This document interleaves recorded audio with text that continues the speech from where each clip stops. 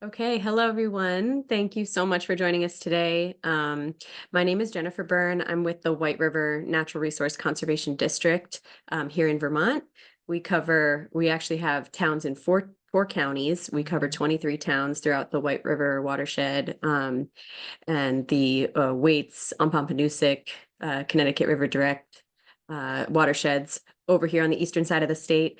We received a grant through the risk management education project that to expand information and resources in our community around crop insurance, risk management, and namely whole farm, microfarm crop insurance policies and PRF, the pasture rangeland forage protection program. So we're here to share about the whole farm, microfarm options that are available to farmers in Vermont.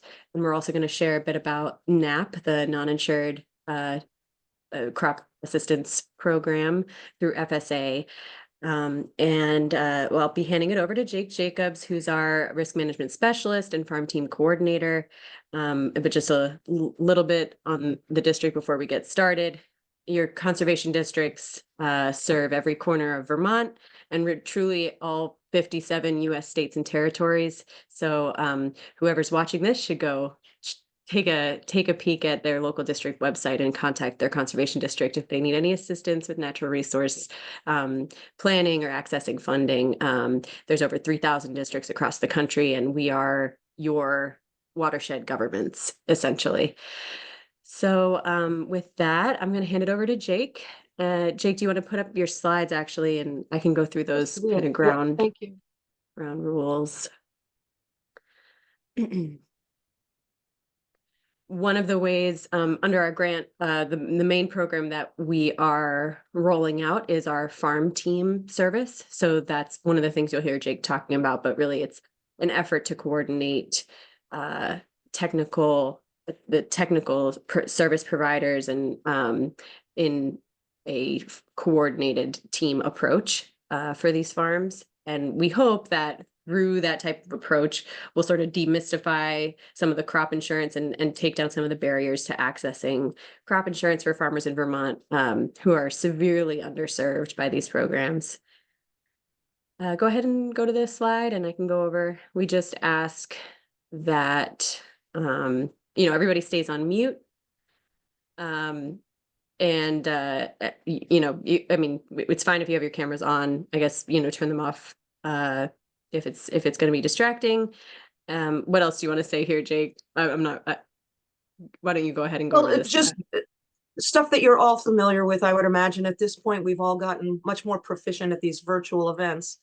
Turning off your camera just reduces the bandwidth demand. And I know some people are having some connectivity problems, so it just puts a little less demand on the system. Up on the top of your screen, you have a little grid like that, so you can adjust your view for your preference to either have the speaker view or gallery view. If you have questions or comments, you can enter things at any time in the chat. That will be monitored all the time. Adjust your volume as you need to, and a reminder that this is being recorded. So this may or may not be the best time for you to break into song. Thanks. Well, thank you so much, Jennifer. This is the team from the White River NRCD that is bringing you this presentation. Jennifer Byrne introduced herself. She is our district manager. I coordinate farm teams and I'm dealing with outreach related to risk management. So we're trying to make sure that programs are more available and accessible to farmers. It's an issue if they don't know about it. It's okay if they choose yes or no, but it's a problem if they don't even know what's available. Jael Pulskamp is doing outreach and has recently become more involved with the farm teams program and is actually beginning as a facilitator with certain farms. And we welcome her, and let's just get into the meat of this. Jake, just for the record, we're not the Natural Resource Conservation Service. For the record, we're not the federal government. That slide says service. It should say district. That's all. Did it not? Thank you. Thank you. Now that we have my mistakes out of the way, everything else will be smooth. First, let's differentiate between crop insurance and disaster assistance. Of course, all of this federal programming is under the same USDA umbrella, and it includes a lot of different agencies and programs. Farm Service Agency administers disaster assistance programs. And we're going to talk a little bit about NAP today, which is one that a lot of farmers do take advantage of. The Risk Management Agency actually functions through a partnership between the federal government and private insurance companies. And this is where the federally subsidized crop insurance program is administered. There is not a local office for RMA. And most people are pretty familiar, if they're involved in agriculture in any way, they know where their nearest FSA office is located. But it amazes me how many people have absolutely no idea where the closest RMA office is located. In our Northeast region, which obviously includes Vermont, we are all part of the Raleigh Regional Office. Our closest RMA office is Raleigh, North Carolina. So if you're looking for a local RMA representative, you're going to have to take the long way home if you're stopping by their office. But to our advantage, we have local insurance agents throughout the state of Vermont who are available to help you enroll and to service your policies. So I'm often asked, well, what risk programs are even available if I'm farming in Vermont? Well, the truth is there are quite a few of them. Some are administered through RMA, some are administered through FSA. And that's what these two lists are showing you. These are the basic risk management programs that are available to Vermont producers. If you want more information on any of these, you can go online. If you go to the White River NRCD website, you can get a copy of this. It's a chart that lists all of the programs that we just saw listed on the previous slide. It gives you a little description of it, tells you the crops or commodities that are covered, and it also includes the application enrollment date. So that's available to anybody. If you just go to the NRCD website, you can have a copy of this. A lot of the programs may not apply to your particular operation if you're farming, but it gives you an idea of the breadth of programs that are available to you. Today, we're going to focus on three that are on these lists. From FSA, we're going to be looking at the Non-insured Crop Disaster Assistance Program, commonly known as NAP. And then we're going to take a little closer look at the RMA insurance programs, which include whole farm revenue protection and micro farm policies, which are, that micro farm is also part of whole farm. Looking at NAP, Non-insured Crop Disaster Assistance Program, is administered by FSA, and the program is designed to provide very base financial assistance for losses from natural disasters that result in crop losses or reduced yields or prevented planting incidents. NAP coverage is triggered when a farm experiences a 50% crop loss. So if you have just lost a small amount of your commodity, it may not hit that trigger, but once you hit that 50% mark, then NAP coverage kicks in. That first 50% is covered by the farm. Think of it kind of like a deductible. And basic NAP coverage is based on the amount of crop loss that exceeds 50%. There is buy-up coverage available. You can get higher levels of coverage. It's still past that 50% threshold, and there is a premium payment for higher coverage. There's a small service fee that goes for NAP coverage, and I think that when we get into that presentation by Julie, she's going to talk a little bit more about the service fees and premiums. So there is a small service fee that goes with every policy. And then the premiums would apply for producers who opt for the higher levels of coverage, excuse me.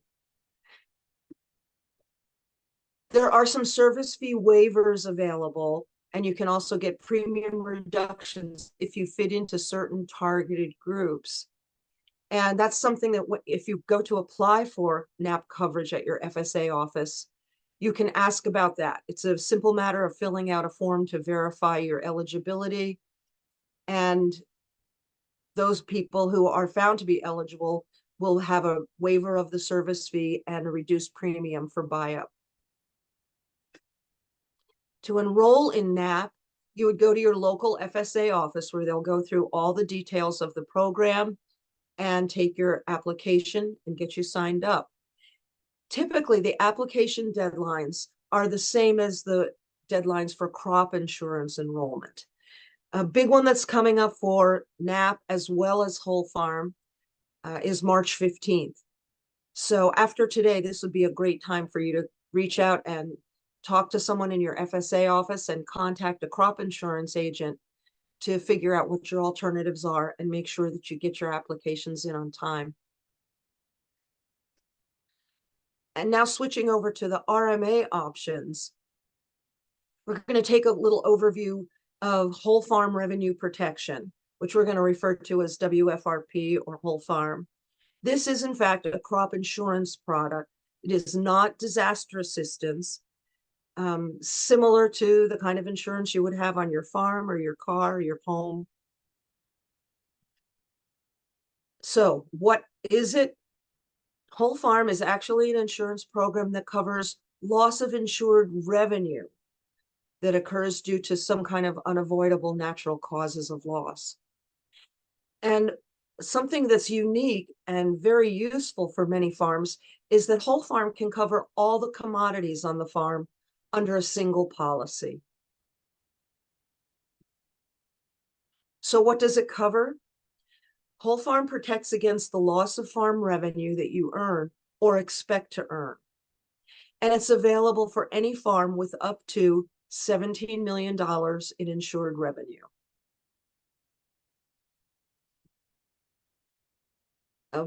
USDA recognizes that diversification is a very effective strategy for trying to avoid risk and basically keep the farm solvent in the light of certain emergencies that may occur.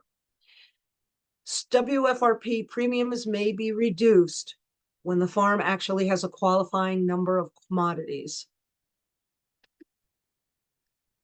Premium subsidies are determined by a commodity count calculation.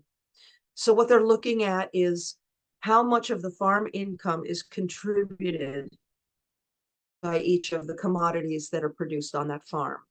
Farms with 2 or more commodities will receive a whole farm premium subsidy. Farms with 1 commodity can still get this insurance and they'll receive an enterprise premium subsidy. For enrollment and service on these policies, as I said earlier, there's a public-private partnership between USDA and private insurers. So you would enroll with a licensed crop insurance agent. In some parts of the country, there are many crop insurance agents available. We don't have as many in the Northeast region. So you may or may not know crop insurance agents who are available to help you. One of the first things I suggest to farmers is ask a farmer that you know who has insurance. Find out who their agent is and see if they'll give you a recommendation. That's often very helpful. You also have the option of going to the USDA Risk Management Agency website, and they have an agent locator tool. At that site, you can plug in your information about your farm location and generate a list of agents who are available to you at your location. To be fully transparent, I have to say, a few farmers have had some frustrations trying to navigate that site. don't panic. If you're having some difficulties, there's help available. You can ask your crop insurance agent for some assistance. You certainly can reach out to me or someone else in the White River office, and we'll see what we can get you for assistance. And we also have a fact sheet to help you select a crop insurance agent, the kinds of things you're looking for regarding assistance and what they'll help you do. And on the second page of that, the back side of that, it's just a one sheet handout. And it has step-by-step how you can navigate that agent locator and find an agent. Jael can pop into the chat the link to that particular document if it interests you. Now, to shift over a little bit to the microfarm program, this is actually a part of whole farm revenue protection. And it protects against the loss of farm revenue that you earn or expect to earn. But it's specifically designed for farms that are diversified and perhaps a little smaller, with up to $350,000 in approved revenue. Your premium subsidy will be based on the coverage level that you elect, and all farms insured under a microfarm policy receive a whole farm premium subsidy. For servicing and enrollment on those policies, again, like whole farm, you would enroll with a licensed crop insurance agent. And we already talked a little bit about how to find an agent if you are not connected with one now. If you are participating in this webinar and you're a crop insurance agent, please put your contact information in the chat so that it's available to everyone.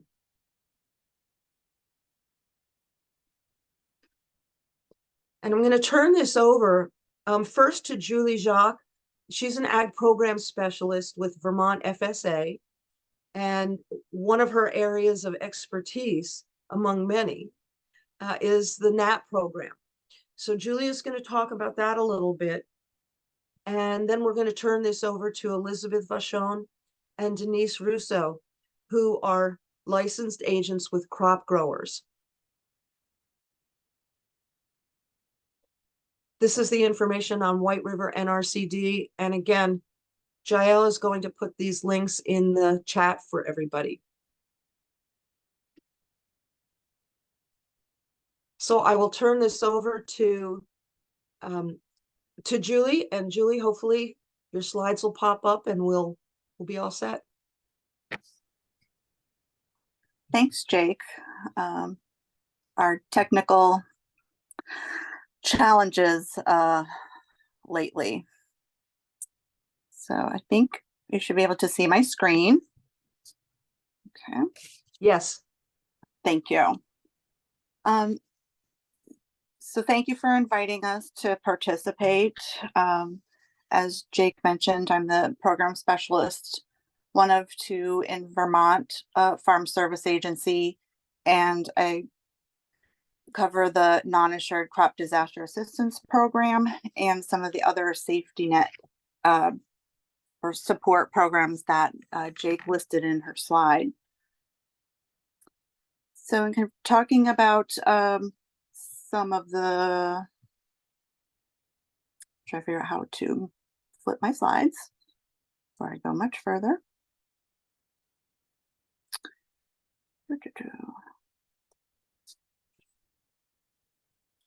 Hang on. There we go. So the Non-Insured Crop Disaster Assistance Program, or NAP for short, is designed to provide safety net coverage on crops that are not available for coverage under risk management yield protection, if you will. It's also not designed to replace profit. It's designed to kind of replace or help mitigate the cost of production for the crop. And although it's not again, that profit replacer or revenue replacement product, looking at the program offers linkage to supplemental disaster assistance and can also, help mitigate your operation as you go through certain weather extremes, right? And considerations, and having you on today is having you kind of think about a disaster plan or risk management plan and how much weather you can weather with the products that we have available today. Let me try again. There we go. Okay, I got to click the screen. So even though the NAP program is considered a program, it's designed and follows a lot of the risk management or crop insurance rules. So like the corn crop insurance, for instance, we have a policy available, and it is now on our website. And here is a link to the website to find that. And there's also a screenshot of being able to estimate a premium if you were interested in buy-up for under the NAP program, and then some supplemental links to the other disaster programs should you be interested in reading or learning more about them. So as Jake mentioned, we do have service fees, $125 per crop, with kind of a cap of more than 3 crops of $825. And a new feature and kind of the urgency to have farmers contact us through the flooding event is that this fee is waived and was kind of retroactive in a provision that USDA passed last January. So the urgency to have you contact the county office through the flooding event in Vermont was to, some people may have had coverage in place already, and we wanted to kind of let you know that and see where we could help with that. So the fees can be waived, and then as she mentioned, if you are certifying as a targeted or underserved, historically underserved category, the premiums are calculated at a 50% reduction as well. So what does that mean of being kind of targeted or identifying yourself or your business as historically underserved? So this is a self-identification or certification, and the categories that are kind of eligible for those waivers and reduction of premium in the buy-up coverage is a beginning farmer, which is someone farming less than 10 years, a limited resource farmer, which again is a certification using or kind of looking at the household income below the county average, a socially disadvantaged group, where that includes gender, race, or ethnicity. And again, if a beginning veteran farmer is kind of what I call it, is someone who has been out of the military and within their first 10 years out of the military begins farming, they would be eligible for, again, the waived coverage, fees, and premium reductions or discounts. This is an example of what the form looks like, and kind of the highlighted area here is where the form was updated, as you can see, January 11th of 2023, where because you're certifying or self-certifying one of those categories, the coverage level again is kind of automatic at the waived level, or you could also opt for buy-up coverage. So we wanted to make sure people are seeing this better and including this on the certification form. So I've touched on what the coverage levels, basic or buy up and what that means. So here's kind of a snapshot of the different coverage levels that NAP offers. And so we call it catastrophic coverage or basic coverage. And that is the free level of coverage that comes with certifying one of those groups. And that is 50% of covering your yield. And Jake had kind of described that a little bit as a deductible of your yield protection. And then 55% of the market price. And we'll talk about that in just a minute. And then the buy-up coverages kind of start going up in 5% increments in your yield protection. But all of our buy-up coverages use 100% of the market price. And I do get lots of questions about what is the market price. And below the coverage levels here is our Vermont crop table, which you kind of have that embedded behind the scenes and what is offered for coverage. This table is now on our website for you to be able to see what the county expected yield and the state average market price is for a particular crop. So in this instance, you can see that broccoli has an average market price, which is using Ag Statistics New England report or county state committee recommended or county committee recommended average prices for wholesale. We cannot use kind of retail prices on that, so we tend to look for wholesale prices, but we try to get them as local and close to kind of wholesale as we can as an average for the state. So the coverage level, I think Jake did a great job of talking about it as a deductible, and we kind of wrap our mind around what that means. So sometimes a visual can help us understand what exactly is covered and kind of how much do I have to lose before it kicks in. So as I mentioned, the first part of the coverage ratio is our yield protection. And so when you enroll in NAP, we're looking for your yield information. What is your average yield?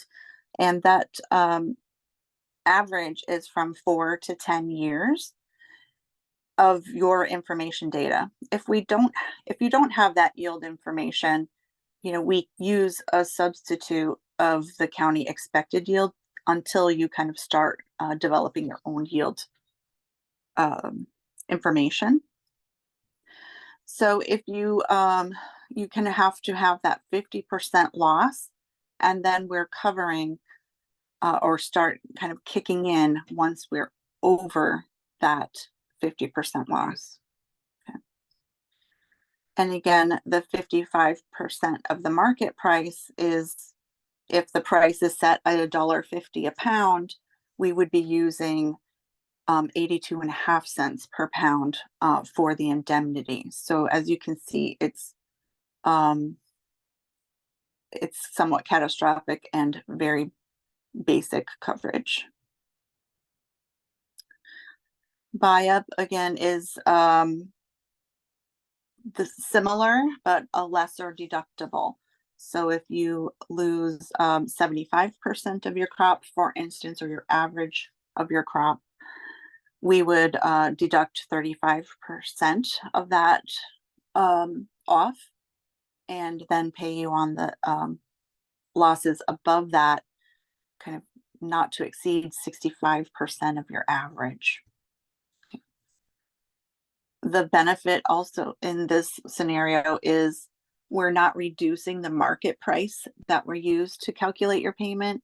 We would be using the $1.50 a pound in our scenario to pay your indemnity. Okay. So as I mentioned, the yield and price information, we try to set it as local and documented as we can. And the Vermont FSA State Committee, which is a group of 3 to 5 Vermont farmers that are appointed to our committee, review Vermont and New England ag statistics information, regional marketing, and other reliable sources to formulate averages.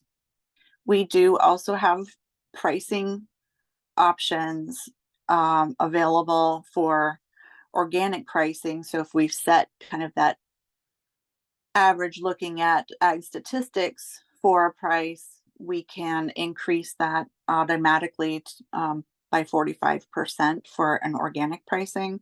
And also we can increase it 30% if there's a direct market pricing feature to your farm. Like if you have a wholesale accounts and a farm stand, for instance, we can increase that price a little bit on your policy to kind of compensate the different markets you're operating in.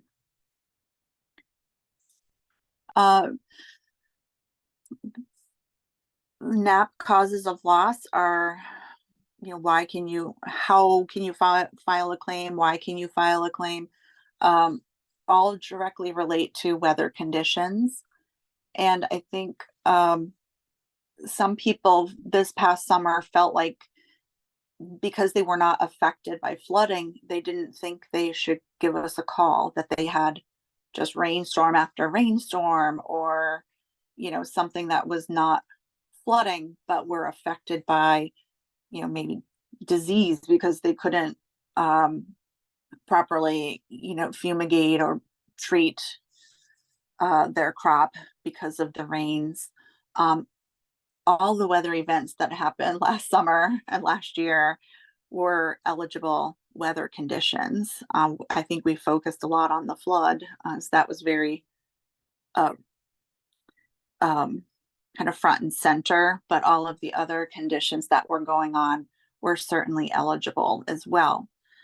When I mentioned disease, that can't kind of be a primary reason for loss, but as I mentioned, there are times where disease can kind of exacerbate because it's rained for 3 months straight and you can't properly manage the conditions of the crop. So it could potentially be, it's a related condition that could be covered.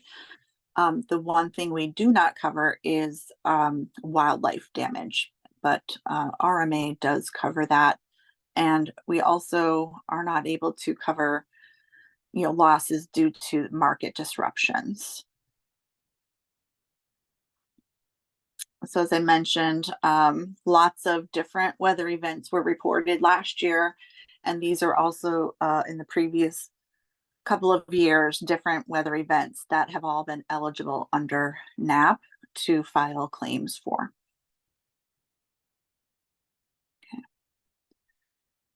The loss calculations is kind of quickly use the acreage you planted for the crop. It also uses your approved yield, net production that you've maybe already harvested before a weather event came is used in the NAP calculation, your coverage levels, and again, the average market price. We do use loss adjusters to evaluate crop loss and verify that marketable production has been harvested as best it can be. As I mentioned, the approved yield is a really important component of the NAP program, and it's kind of rolling average, meaning we can help you build your yield if you don't have information, and we look to kind of support your records going forward. And it's kind of best to use your information and not a county expected yield or a state expected yield. So producers do have a requirement to provide us with their production and crop reporting information every year. So it's built into your specific records. Okay. As we mentioned, the big sales closing deadline is for NAP is March 15th for our spring seeded crops. Okay. And coverage attaches from the first day you sign, one day after you sign up to the end of the normal harvest period. And we do look for acreage reports every by July 15th, or from the time within a time frame that you've actually planted the crop. And why crop reports are important is because these are yield-based and production-based coverages.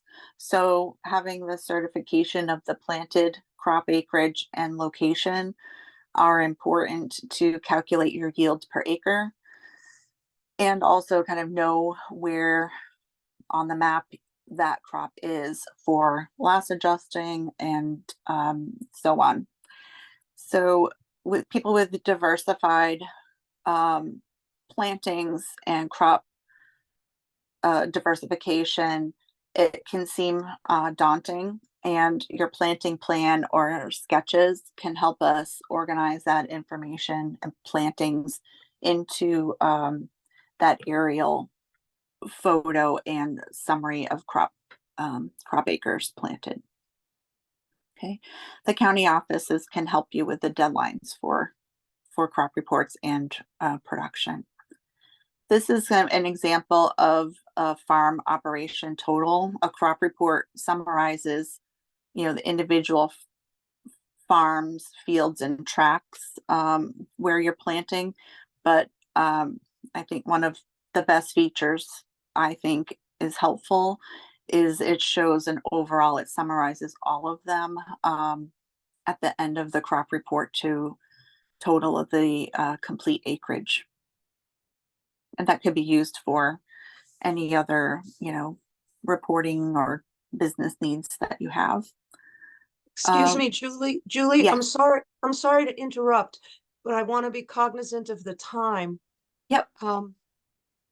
I think I just had a couple more to go through, right? Or do you want me to stop? Well, I want to make sure that we have time for questions. If we'd like to wrap up in just a couple minutes, because we do need to move on to the next presentations. Okay.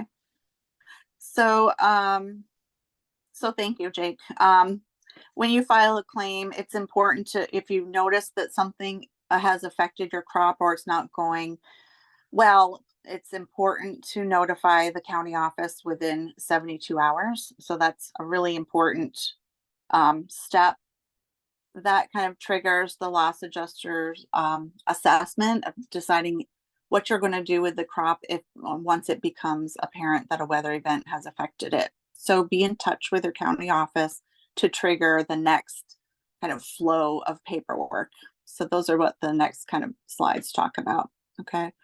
Record keeping is important for all of our risk management products. And it's important to, again, provide your production records to support your coverage. If you don't have records already, there are some tools to help develop a system to keep track of what you're harvesting. These are some examples of things that we've seen used to track production. Okay. So it was only a couple of slides. So NAP, again, is designed as a safety net, not a profit replacer. And, record keeping, crop reporting is really imperative for the success of the program.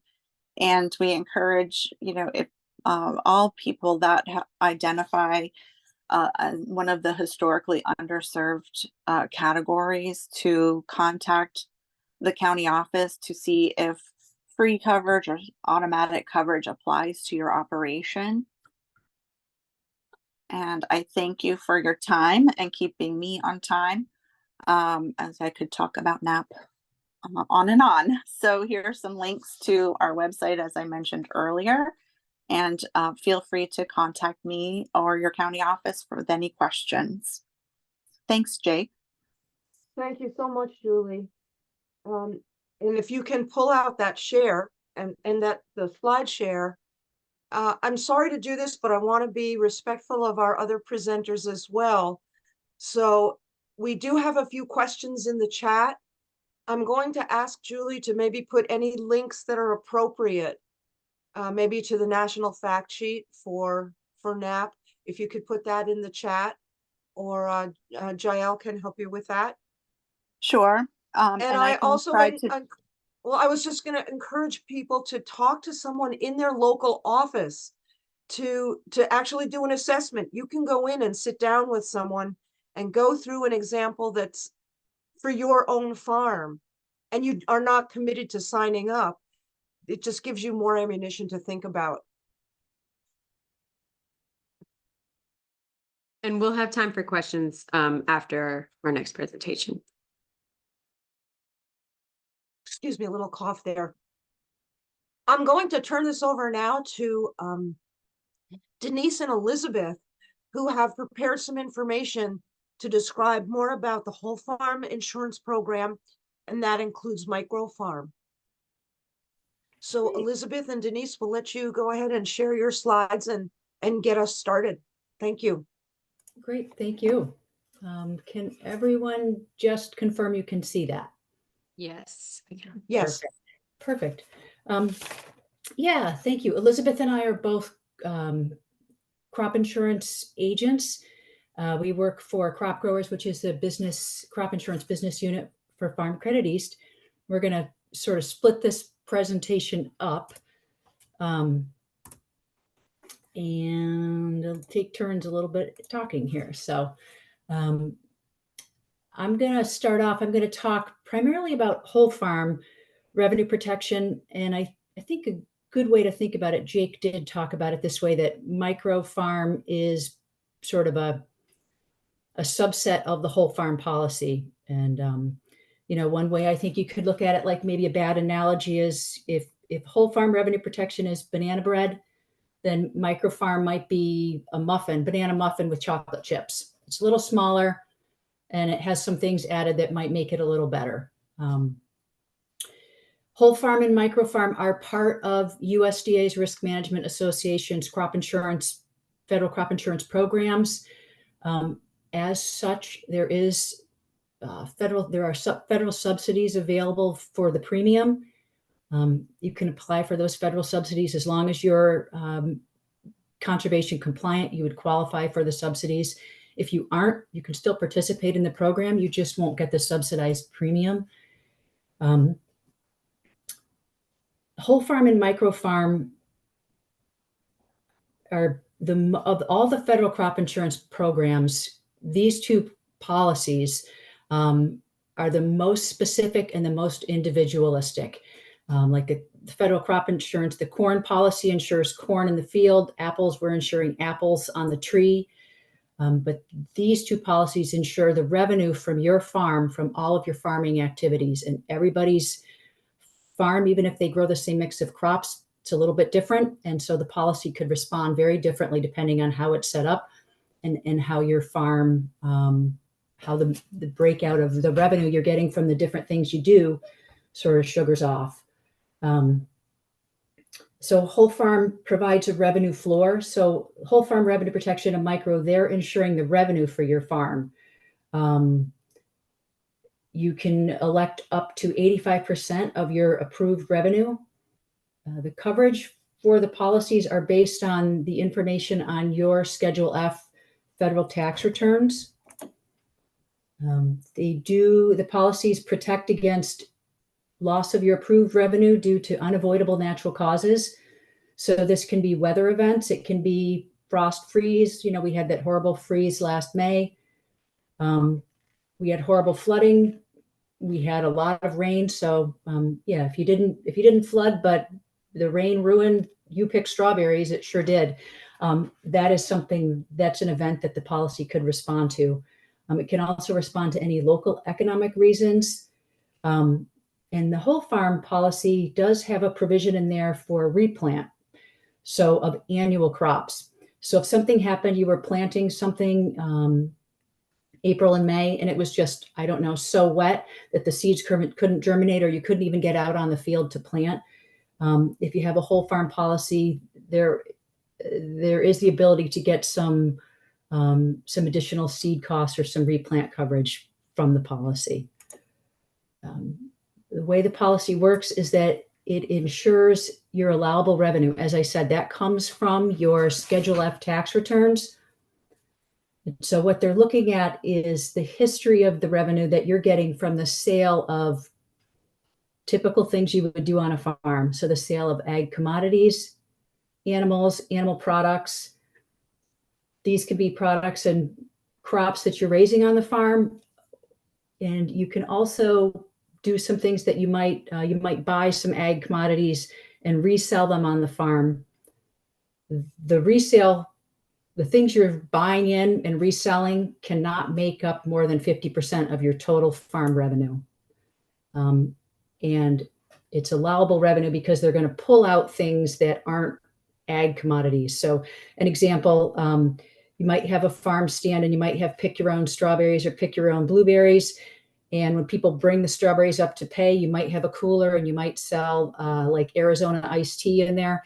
The sales of Arizona iced tea to the folks after they've been picking strawberries in the sun, that's not allowable revenue. Sale of Arizona iced tea. Strawberries, yes.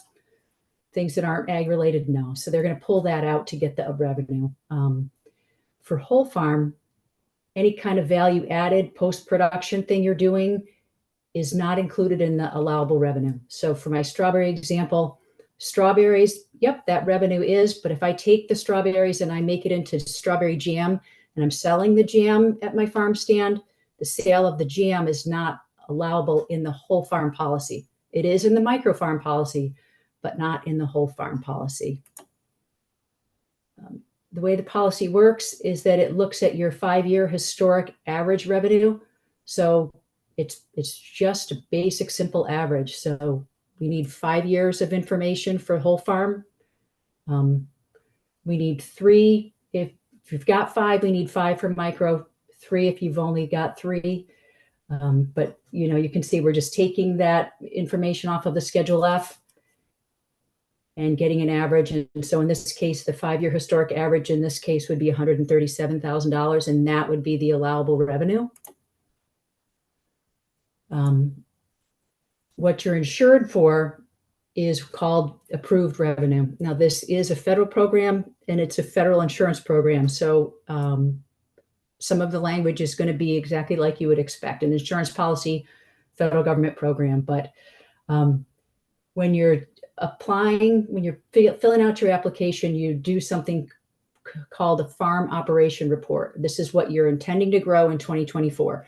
If I called Elizabeth, if I had a farm and called Elizabeth up and said, I'd like to apply, I'm going to have to tell her what I'm intending to grow in 2024, because I don't know what I don't know how it's all going to come out at the end of the year yet. So the farm operation report is my plan of expected revenue. If my 5 years of Schedule F, my average comes out to be $137,000 of revenue, but I'm intending and I'm very optimistic about 2024, and I think I'm going to be able to get $150,000 of revenue from my farm in 2024. The approved revenue is going to be limited to what my history is showing me. That's $137,000. So if my approved revenue is $137,000, I can choose under this program to insure at the very minimum 50% of that up to 85%. Qualifying just breaks out how they determine what crops qualify to give you a premium reduction. But a couple examples of how it works. If you're interested in this, get in touch with Elizabeth.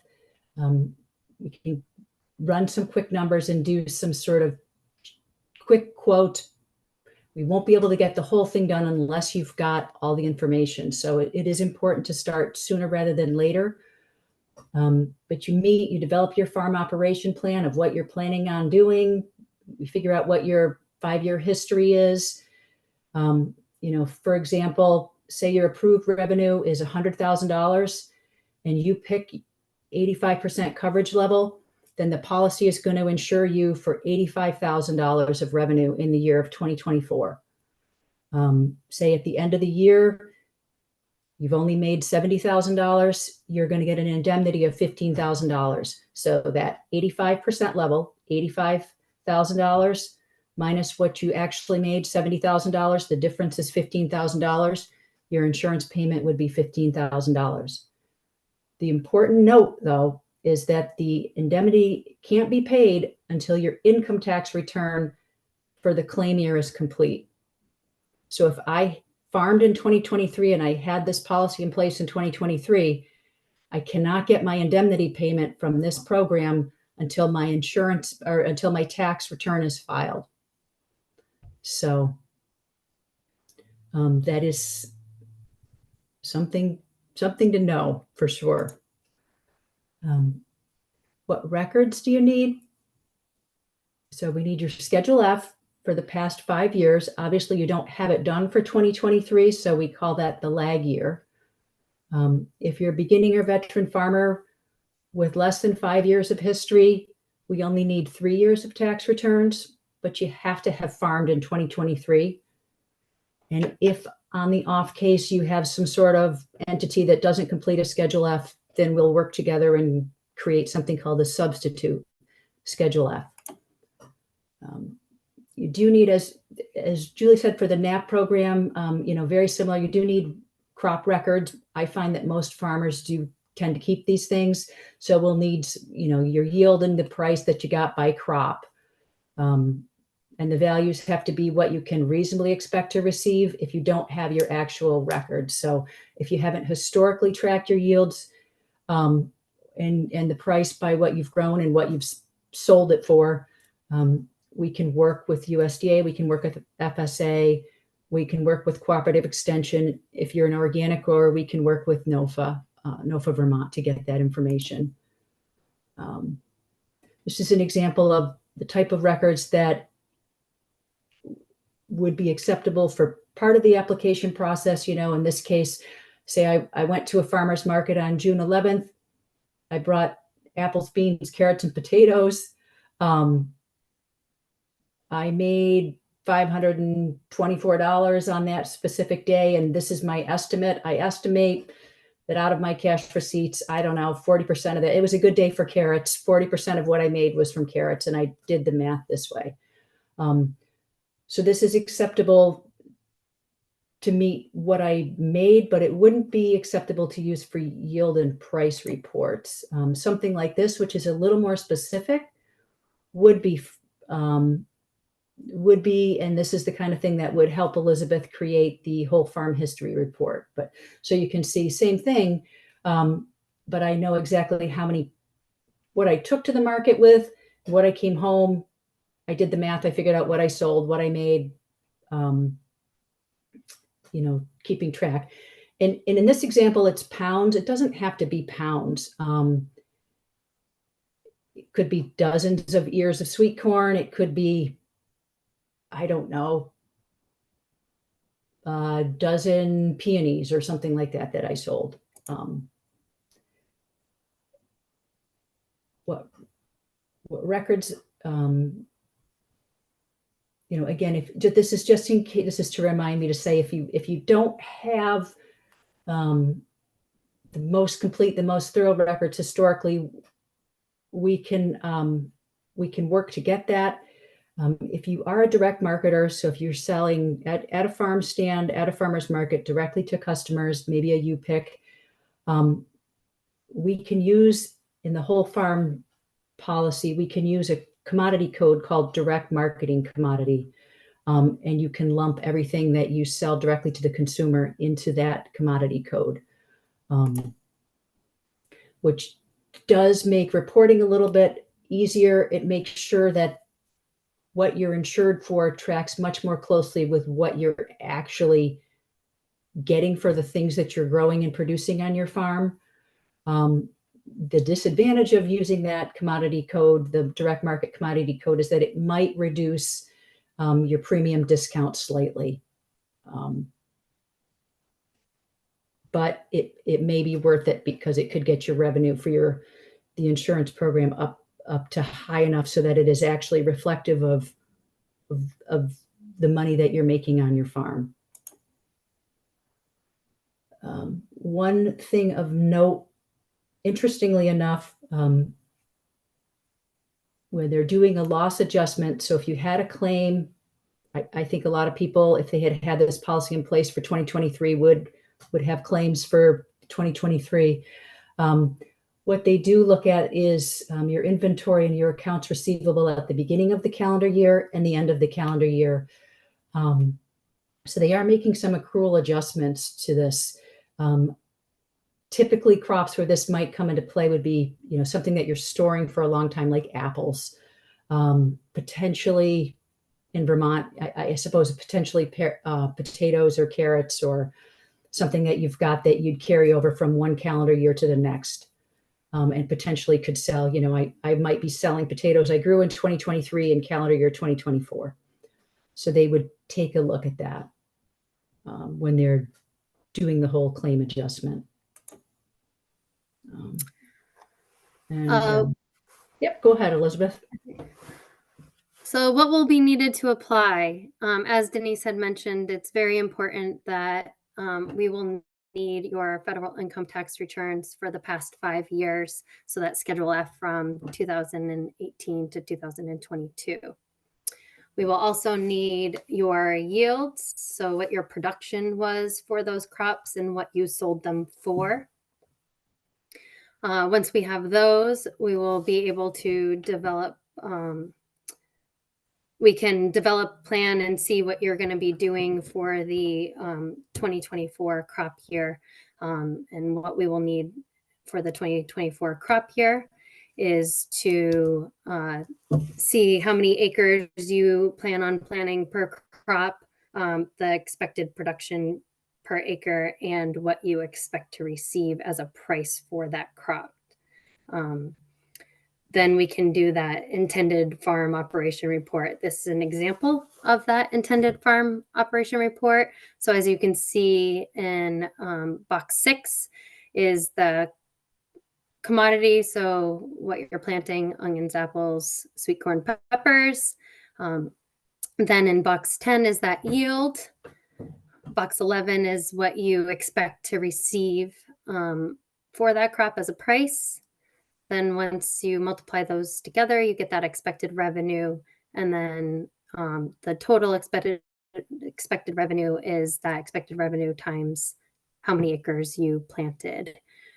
If the total expected revenue falls below that historical average revenue, they will take the lesser of the two, making that your approved revenue. So in this example, the expected revenue is less than the historic average. So that's what they will be taking as that approved revenue.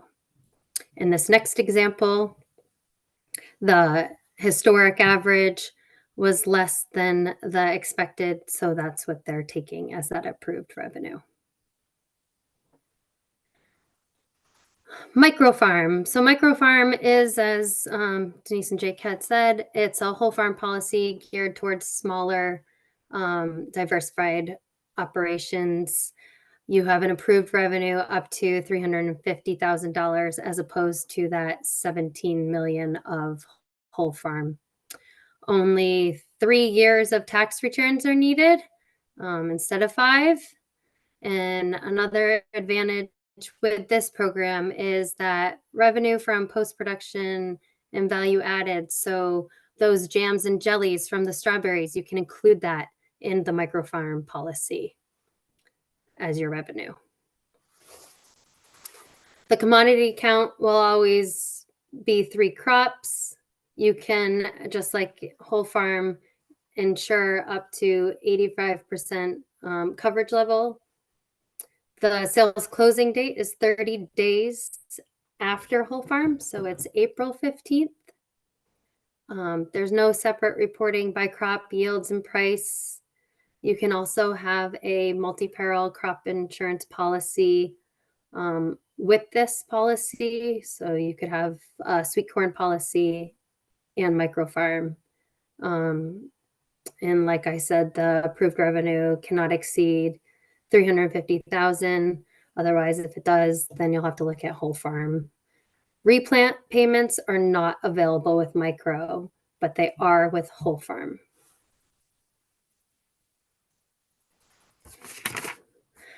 This is a sample of a microfarm quote. So if you were to elect the 65% coverage level and your approved revenue was $100,000, your floor, your total guarantee would be $65,000.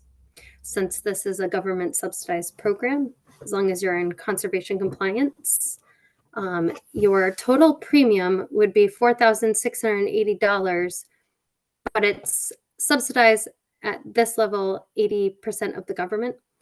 So you only pay $936 for your premium.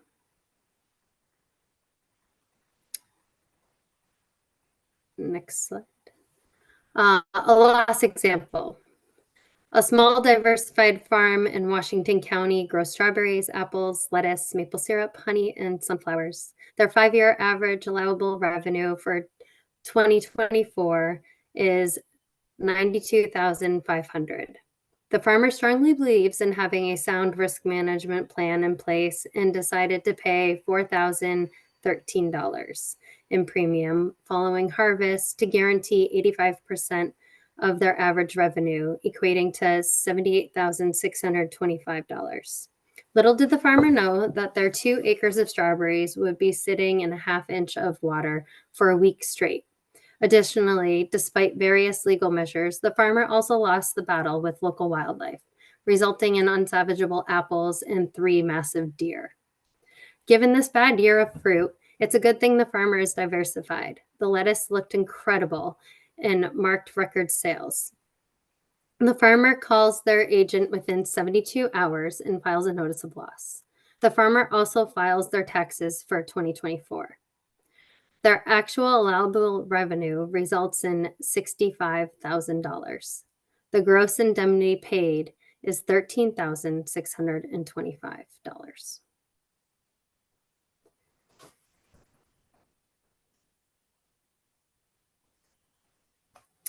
And in summary, whole farm is a government subsidized insurance policy that sets a floor on projected revenue for the year.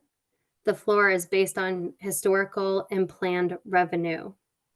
Revenue from post-production, value added, and any non-farm income are not covered. It is covered under micro farm.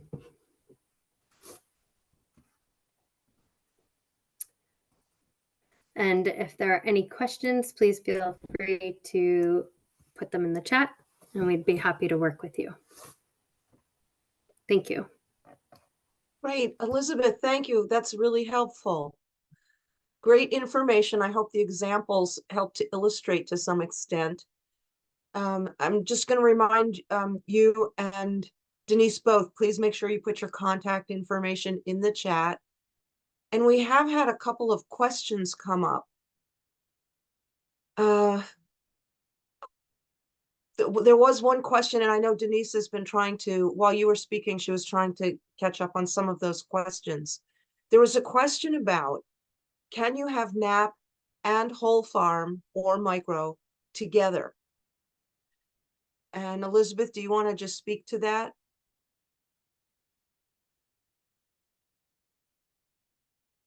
Denise commented in the chat that you can have them. Yeah. How does that work?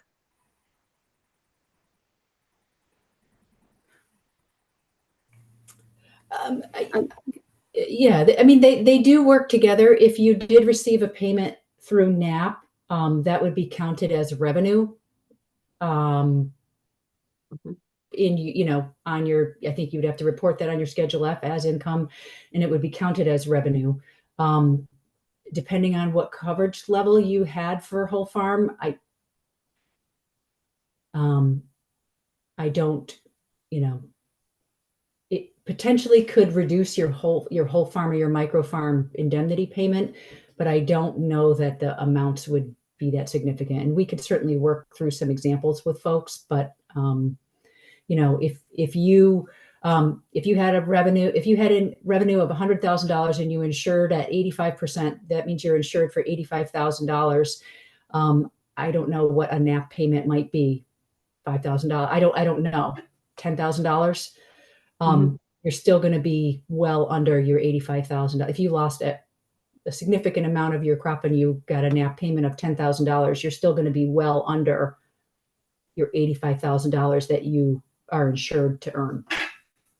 Right. And your whole farm or micro farm policy starts assessing damage from any level of loss. It's triggered from wherever the loss begins, not at 50%. So correct. There would still be an option for getting indemnity payments from both programs.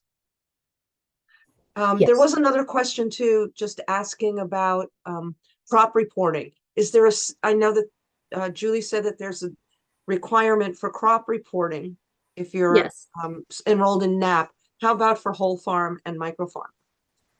Yes, thank you. I forgot to mention that. So that intended farm operation report is due at sales closing.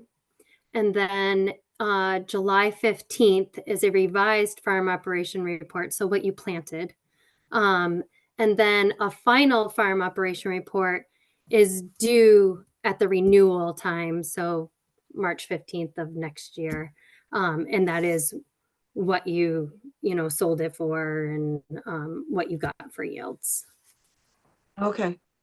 I just want to remind folks too that this meeting is being recorded and it will be made available on the White River NRCD website when the recording has been, when it's ready to be released, which should be within the next day or so. So if you're feeling like you're a little overwhelmed with a lot of information and numbers, you can certainly review it. I know that Jael, you've been monitoring there's some more questions. Can you share with those and direct those as needed? Thanks. So there's one asking, in your example, you said the farmer pays $4,000 in premiums. Is 80% of that covered by the government? And then part of that is, sorry if I misremembered some of those numbers. Nope, that is good memory. Yeah, that's from the quote that Elizabeth did. And yes, if the total premium was, say, $4,680, that's the unsubsidized premium. So, assuming you were conservation compliant and you qualified, then the government would subsidize 80% of that. And so the farmer's premium after the subsidy would be $936. Does that answer the question?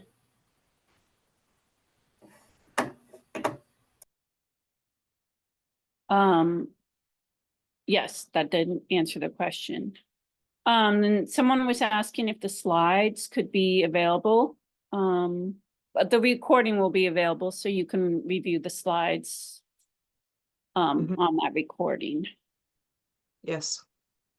And if anybody has a question, you certainly can, you can unmute yourself and pop on and ask them directly. You don't have to go through the chat. Bruce, you want to ask your question directly?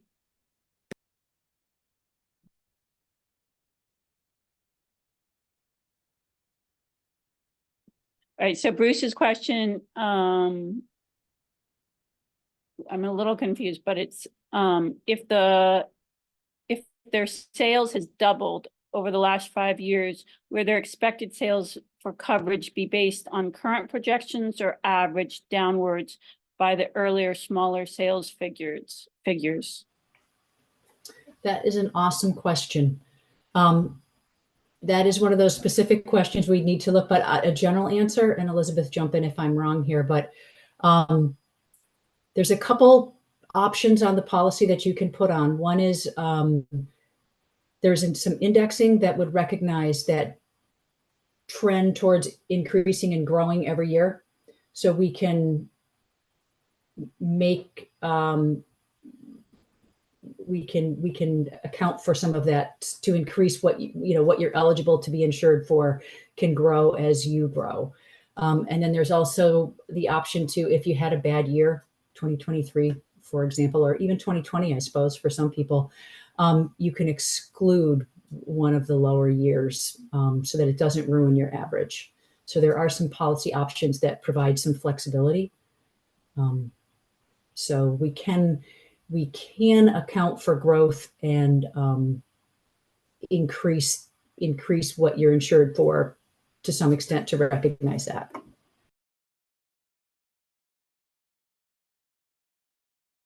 Thank you. Thanks, Denise. And if there was anybody who had a particular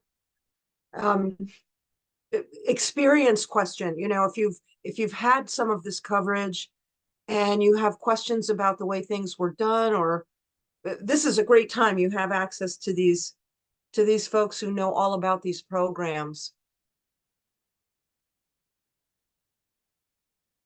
Also, if Jael, if you want to share from your experience a little bit, that would be great to hear. Sure.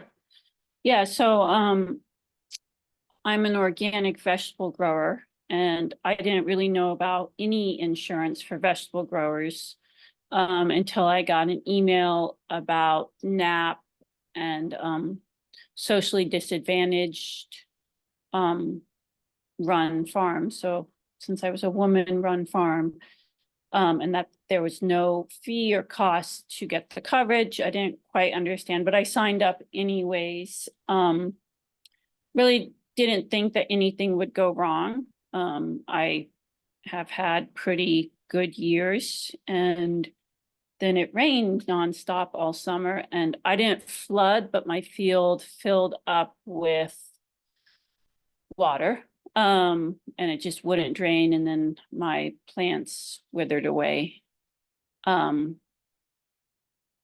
so I reached out to my FSA office and asked if because I lost 100% of my crop for the season, if I could get coverage.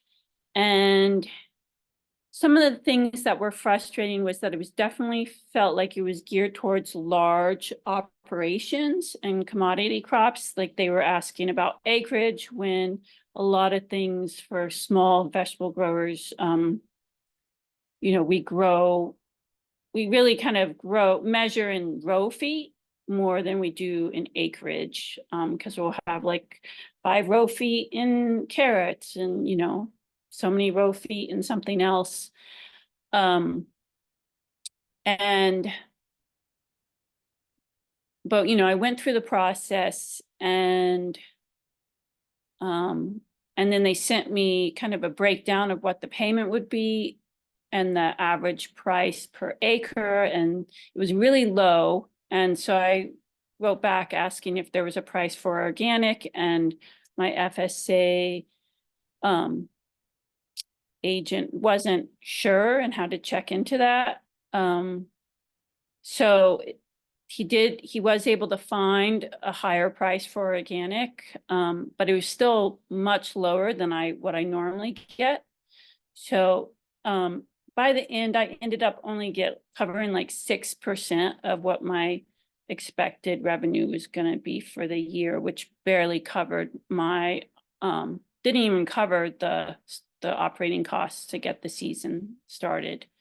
I mean, it was something, but it wasn't enough to start to start up next year.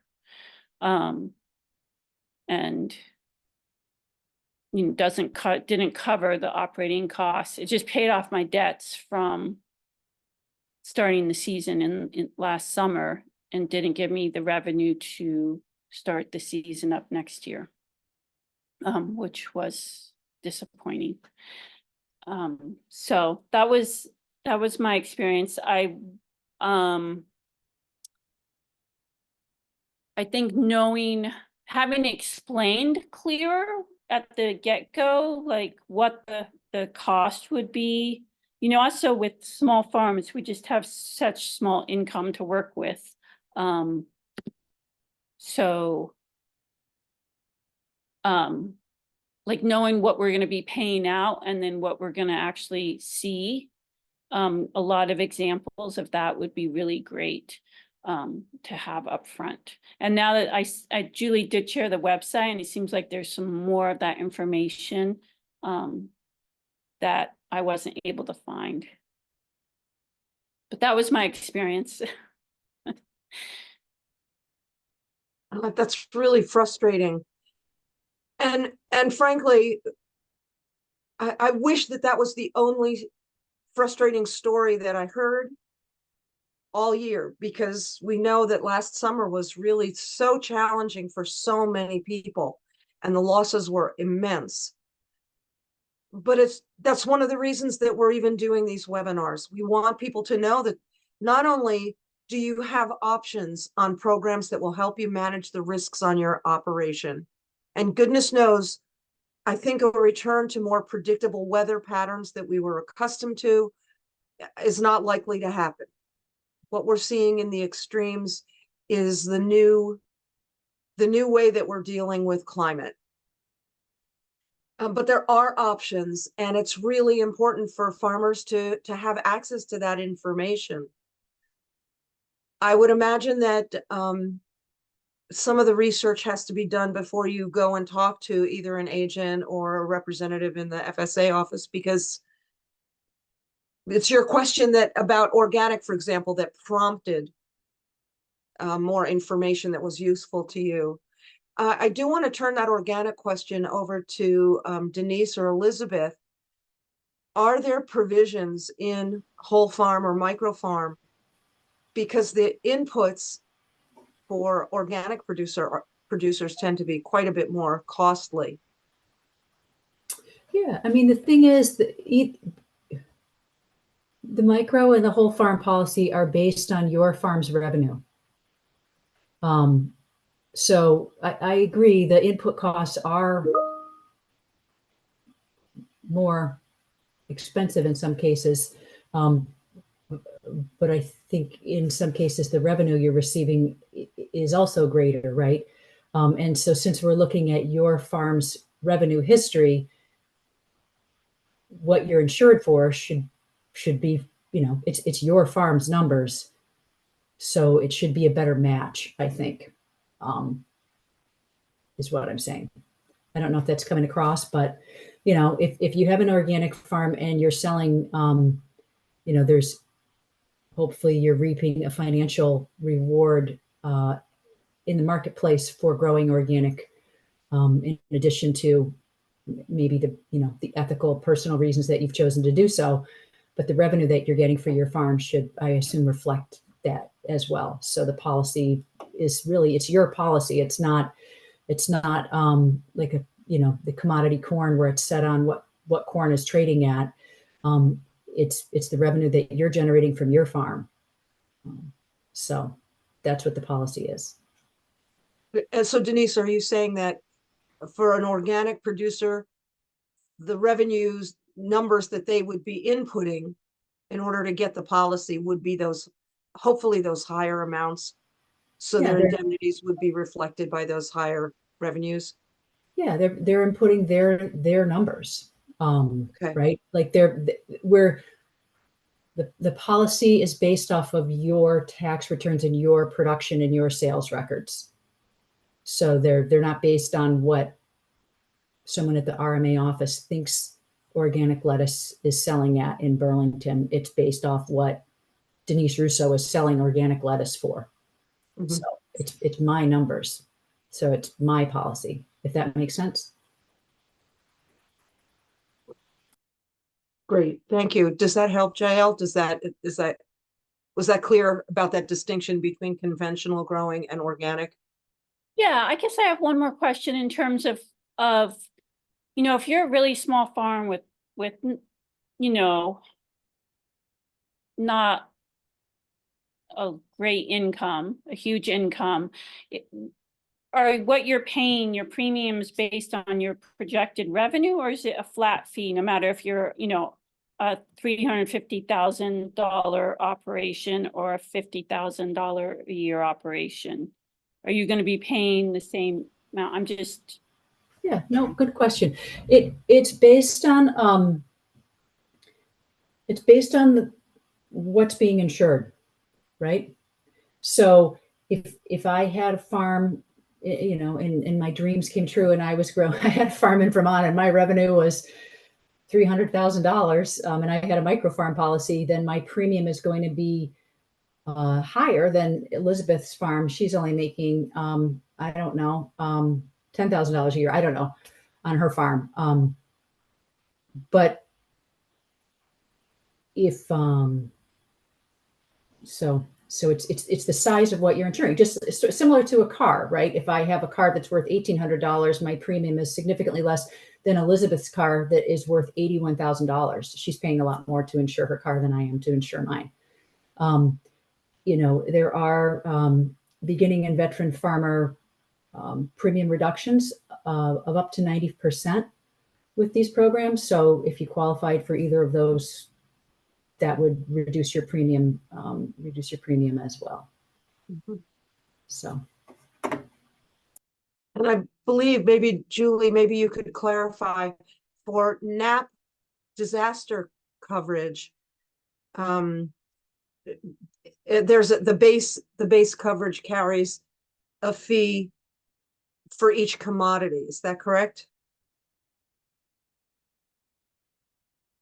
It does. The fee, the administrative fee for the basic or catastrophic coverage or buy-up would be $325 per crop, but there's a cap, meaning we cap that at 3 crops. So there's, if you have more than 3 crops, all of it, you know, it doesn't keep going on exponentially by $325. So that's what the $825 indicates. But again, if you're certifying one of the categories, those fees are waived entirely. Okay, but the 325 would be, you know, if I'm say growing 1 row of beans versus Yeah, 2 acres of beans, it's still that 325 per crop. it is. And I think we do a lot of bed feet conversions. So when I kind of mentioned that your growing plan, your sketch plan is really helpful of, you know, what are your incremental plantings in bed feet, we help translate that into acreage. And I think our crop reporting goes out to 4 decimal places. And so, yes, we're talking about cost per acre, you know, as a demonstration purpose, knowing that, you know, many participants are under half an acre, they're under a quarter of an acre. But as you're Right. going through the growing season, that, you know, that farming operation total I showed you summarizes all of those to capture the entire acreage. And again, kind of why I asked the crop reporting question is, you know, I think it's needed on kind of both programs, right, to get that Right. planted acreage. The Mhm. 320, to kind of go back to your question about 325, under NAP, you don't, yes, coverage is kind of automatic on everything, but when we really kind of look at it is what are the crops that are most significant and important to you. And, you know, we have a lot of greens and lettuces that we insure, and those are under, you know, we have a planting period or kind of an insurance period broken down by month. So each month's plantings are insured kind of separately. So if you're Right. growing lettuce, you've already met your cap, right? Just in one Right. crop, Right. because each planting period is, and that's kind of getting in the weeds. And I think, looking at that, but some of it, you don't have to cover everything. It's maybe looking at those things that are really significant and important to you financially, and then looking at that price and yield value per acre that we have set is, some of the conversation that should be happening with your county office, with your FSA staff. Right. So it still comes down to that meeting with the person who's going to help you figure out for your operation. Mhm. I'm going to do two last things because I'm looking at the clock and I want to be respectful of everyone's time. Just a reminder that if you haven't yet, please pop into the chat what you do. If you're from an agency or if you're a farmer, what you produce, any information that you're willing to share about your operation. We'd be more than happy to provide follow-up information. And I believe that Bruce was waiting really incredibly patiently. Bruce, are you still on? I am, but it's not critical. Time's up. You can ask your question It's and we okay. can answer you For the privately. recording. Well, all right. Well, I have two questions actually. This is for Denise or Elizabeth. First, do USDA payments, such as I have a conservation security program payments or agency ag payments, count against your farm revenue? And second, we have a livestock farm.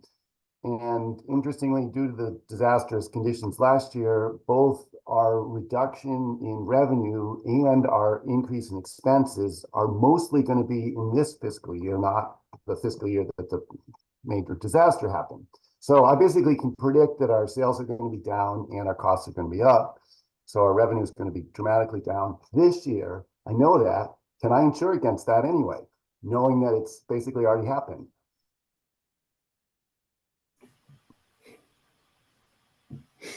I'm going to answer the first part of your question first. So payments from Vermont Department of Ag or other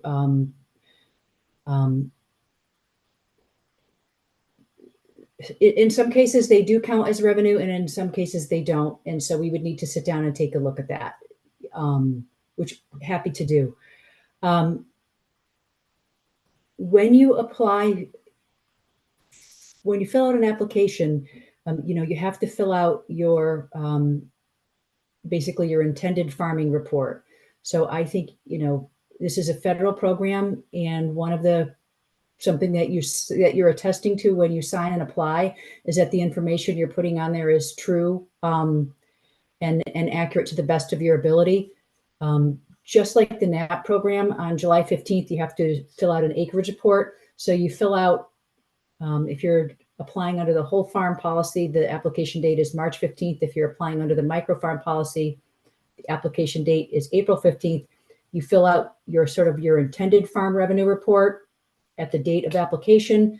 Then on or before July 15th, you fill out your acreage report, essentially what I've planted if you're planting. And then at the end of the policy period, which syncs up with the application for the next year, you have to fill out what you actually did and your tax report and everything.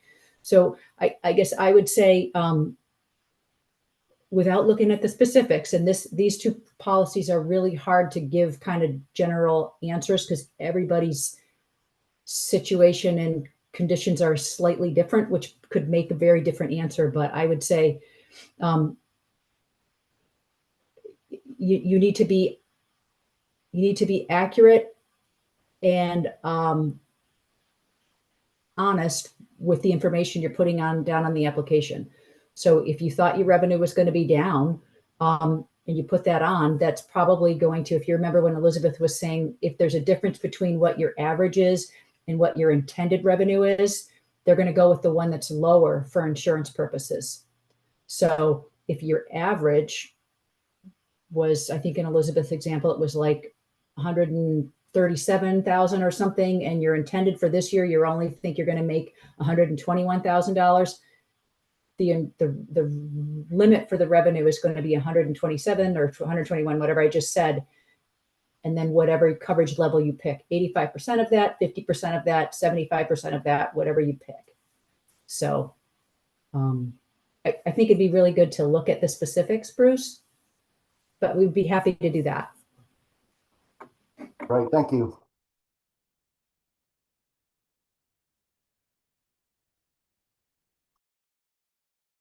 Go ahead, This is Jake. really helpful information.